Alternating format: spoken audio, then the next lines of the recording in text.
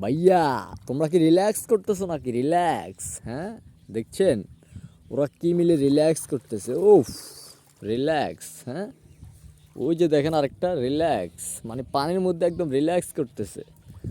আর ওই যে দেখেন এতে কি লুকটা নিছে না। হ্যাঁ রিল্যাক্স করতেছ, রিল্যাক্স। আবার গুতা টুতা মারবা নাকি?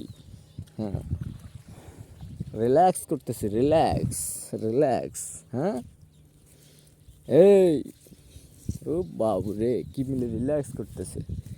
কিন্তু সমস্যার বিষয়টা হইলো এই লুকটা দেখেন, মানে দেখলে কি একটা ভয় লাগতেছে। আপনারা দেখেন এই সামনের লুকটা দেখেন, আমার তো ভয় লাগতেছে। আমি আস্তে আস্তে এখান থেকে জায়গা থেকে পালাই।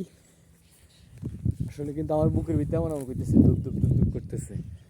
মানে এই যে সামনের মুখের লুকটা দেখেন, মানে মনে হইতেছে কি একটা ভয়ঙ্কর। এই যে দেখেন, কিন্তু আসলে আমার মনে হয় এত ভয়ঙ্কর না, এগুলো অনেক ঠান্ডা থাকে আমি যতটুকু জানি।